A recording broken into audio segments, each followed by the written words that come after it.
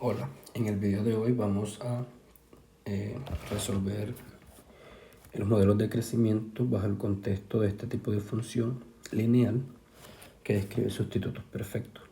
Primero, como es usual, verifiquemos si esta función es homogénea de grado 1, es decir, si exhibe rendimientos constantes de escala. Fíjense que si escalamos tanto el capital como el trabajo por un factor J, simplemente tenemos que podemos sacar factor común J y obtenemos exactamente la función de producción. Por lo tanto, tenemos que si escalo el producto por J, también voy a obtener que he escalado la función de producción por J, es decir, esta función sí es homogénea de grado 1.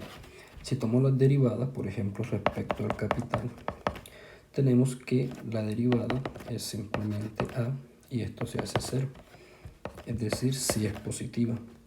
La segunda derivada es 0, es decir, para que sea no clásica debe ser positiva y decreciente. Por lo tanto, no satisface esa condición. Y fijémonos que cuando incrementa el capital a infinito, esta función siempre es A, es decir, los productos marginales del capital son siempre constantes. Y cuando va para 0 también sigue siendo A, por tanto tampoco satisface las condiciones de nada. Por tanto, esta no es una función de producción neoclásica.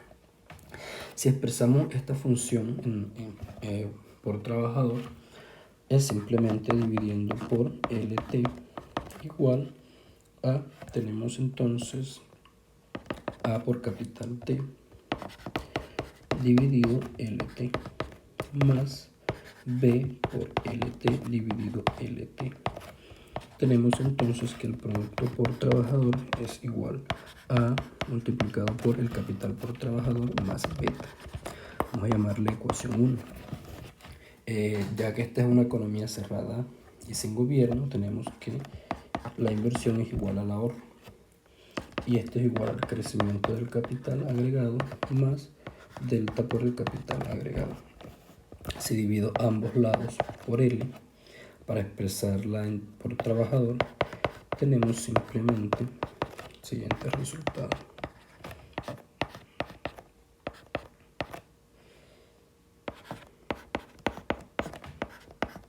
Donde esto acá es el producto por trabajador que ya lo conocemos, entonces tenemos S por A por KT más B.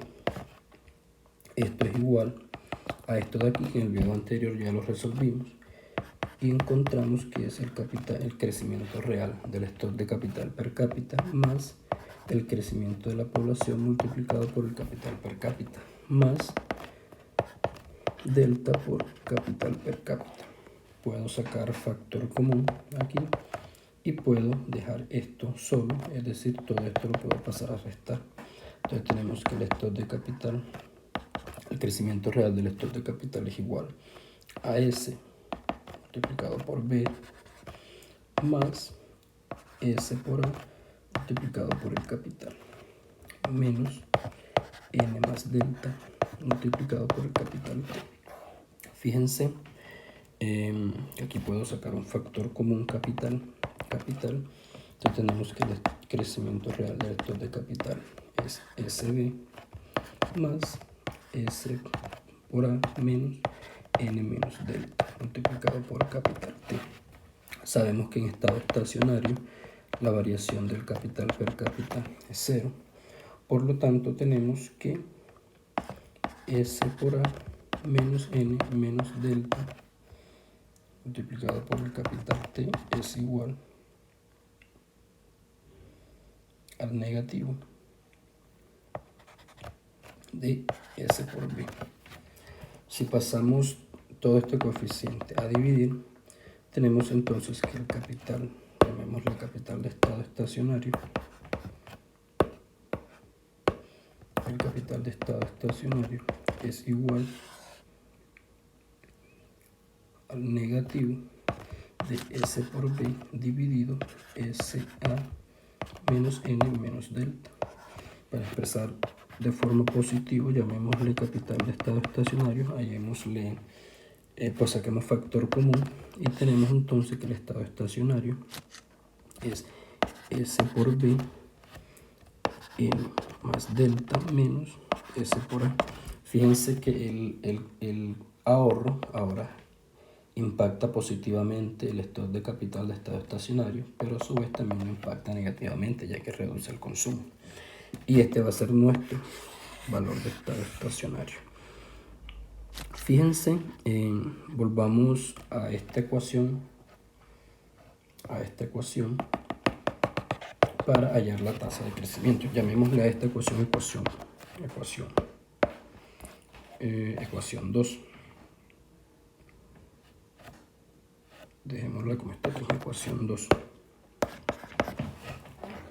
Y fíjense que si yo divido por capital, entonces tengo que el crecimiento del capital, lo tenemos, la variación del capital dividido capital es igual a SB dividido capital más todo esto S por A menos N menos delta por capital T, todo esto dividido por capital.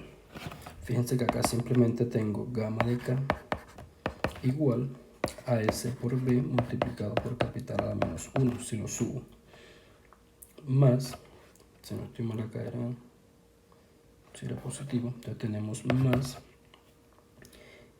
S por A menos N más delta.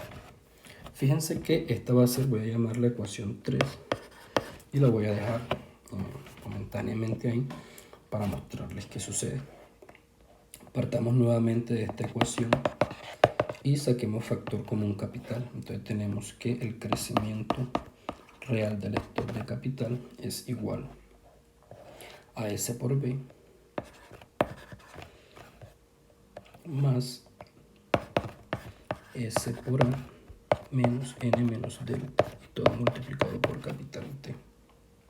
Fíjense que esta es una ecuación diferencial de primer orden, sin embargo no es homogénea, tenemos este factor constante. Entonces para resolverla debemos expresar o volverla homogénea básicamente. Entonces acá podemos hacer un cambio de variable, voy a nombrar una variable xt para hacer un cambio. Y xt, o antes de llegar a eso, vamos a simplificar un poco esto. Tengamos que vamos acá, que capital T, el crecimiento del capital es igual a S por B, más, vamos a llamarle alfa por capital T, donde alfa es igual a S por A menos N menos delta. Entonces, ahora sí, hagamos un cambio de variable, llamemos xt y definámoslo como S por B dividido alfa más capital T. Fíjense que si tomamos logaritmo y dividimos y derivamos respecto al tiempo, vamos a obtener que el logaritmo natural de xt es igual al logaritmo natural de toda esta constante más el logaritmo natural del capital. Si derivamos respecto al tiempo, la tasa de crecimiento de una constante es 0.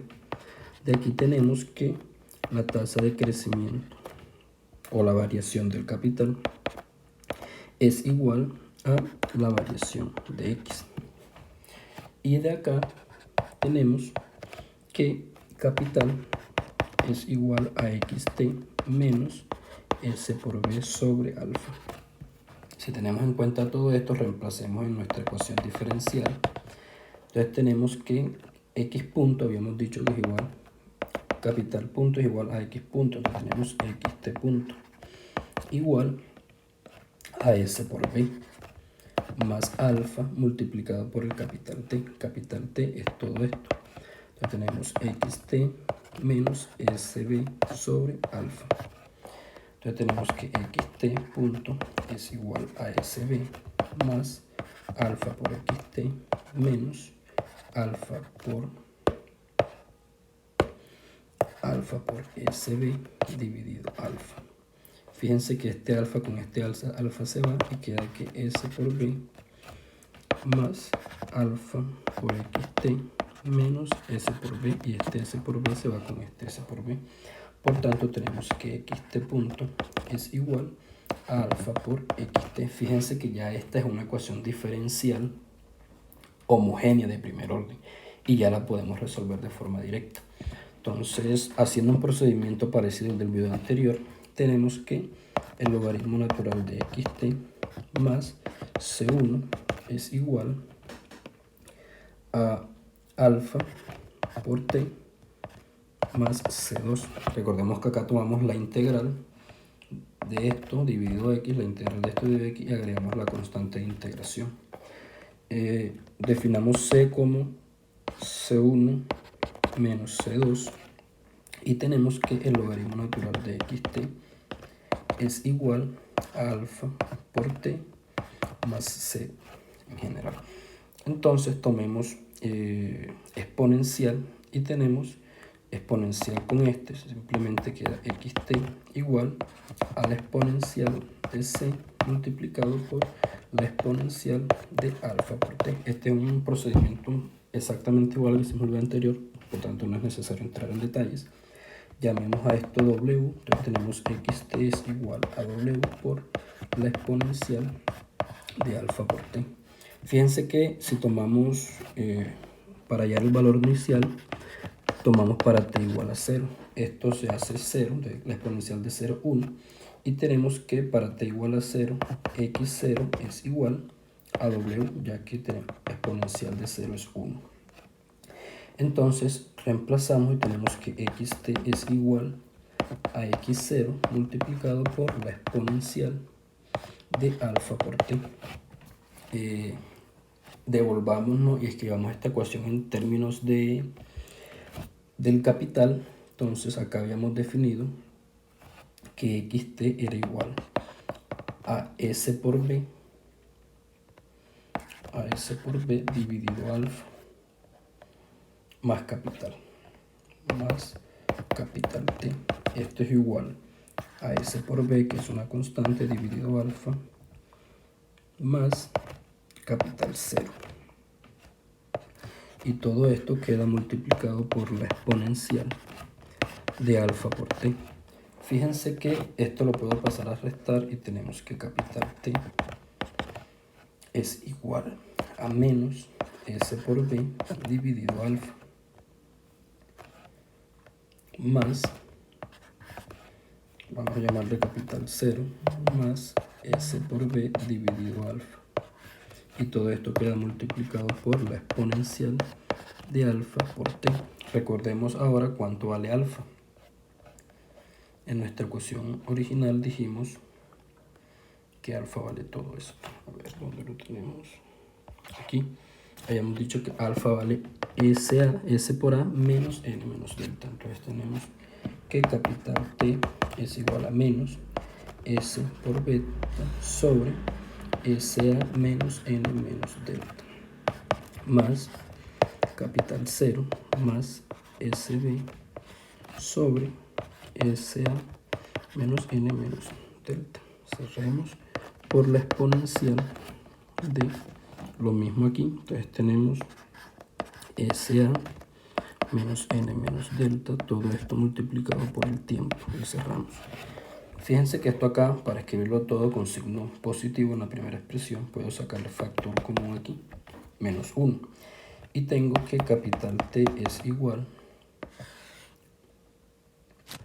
a S por B, N más delta menos S por A. Más, hago lo mismo aquí.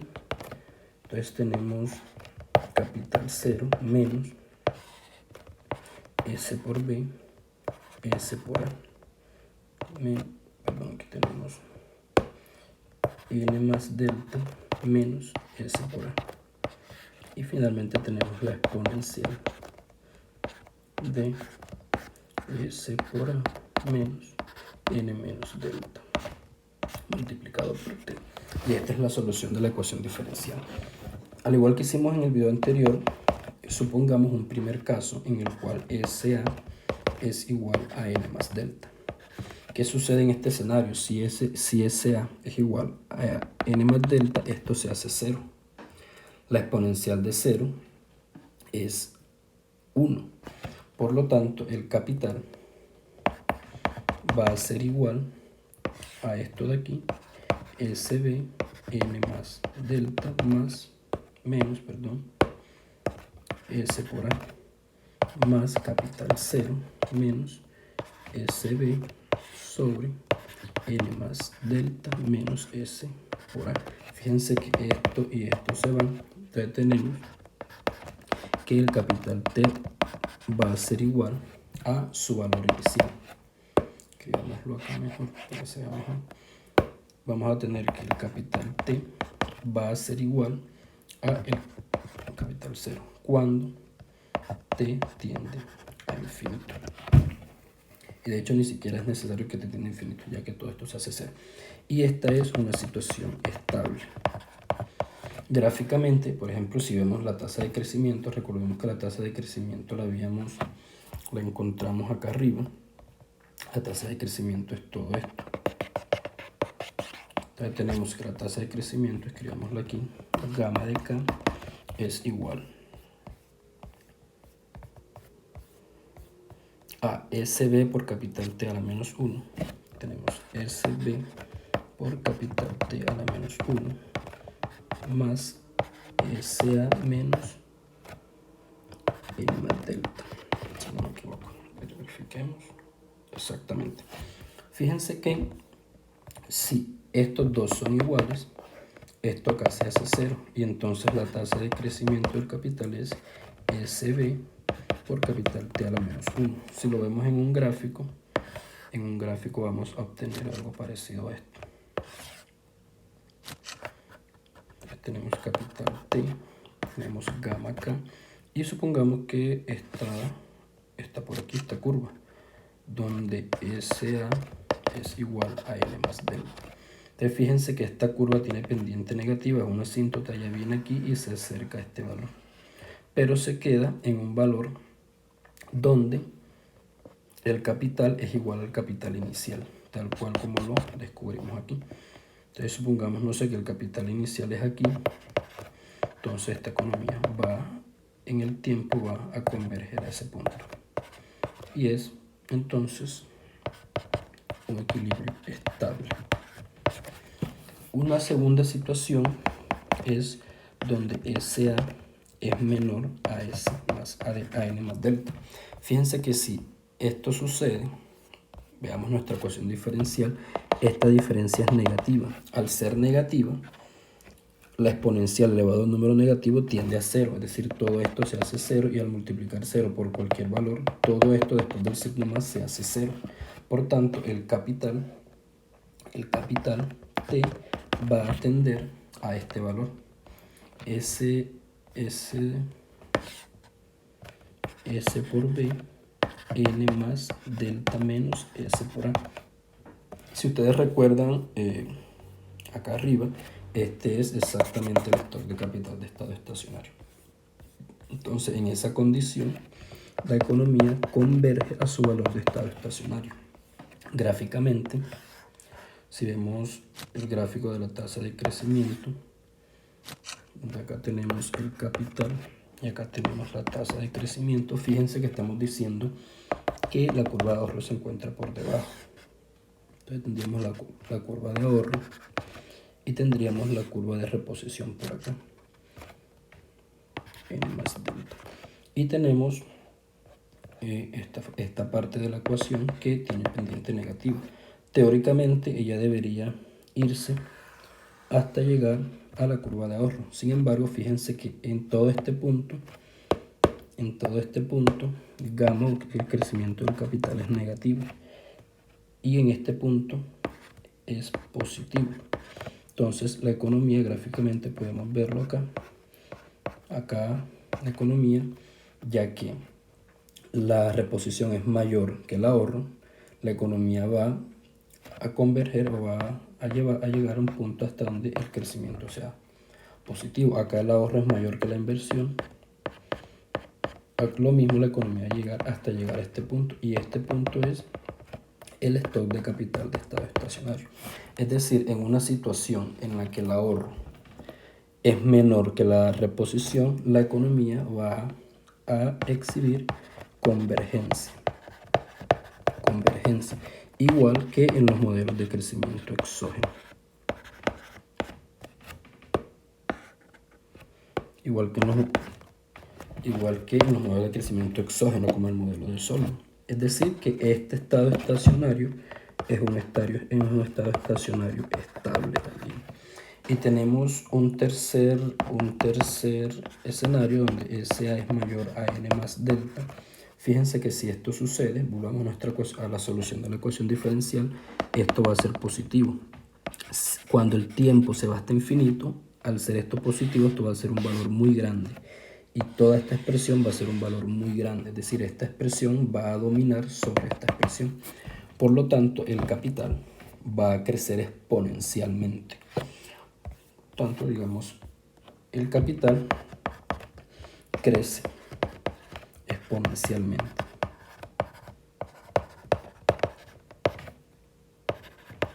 Y fíjense que este capital no converge. Por lo tanto, es un equilibrio inestable. Gráficamente, podemos verlo de esta manera. Fíjense que tenemos el capital de aquí, tenemos alfa acá aquí. Y estamos suponiendo que la curva de ahorro está por encima. Entonces, la curva de ahorro está aquí. La curva de presión está aquí. Y fíjense, entonces llamémoslo n más delta, SA. Y fíjense que esta parte de la función igual tiene pendiente negativa, la parte de esta de aquí. Entonces ella va a tener este comportamiento. La economía va a tender a llegar a este punto. Y ahí va a quedar. Pero fíjense que en este punto llegamos acá. Cuando se acerca aquí tenemos que la economía va a llegar aquí, donde el crecimiento es positivo, pero es positivo y es constante. Y lo mismo, este es el mismo resultado del modelo acá. Si incrementamos, por ejemplo, el ahorro o aumenta la tecnología, habrá un desplazamiento y esto causará un incremento permanente del ahorro, de la inversión, del crecimiento permanente del capital, del consumo per cápita y del producto per cápita. Y la permanencia se nota en el hecho de que no existe una convergencia. Por lo tanto, este va a ser un equilibrio inestable, porque el capital va a crecer de forma exponencial y de forma monotónica, no va a converger a un valor fijo. Y eso era lo que quería mostrar el día de hoy. Muchas gracias.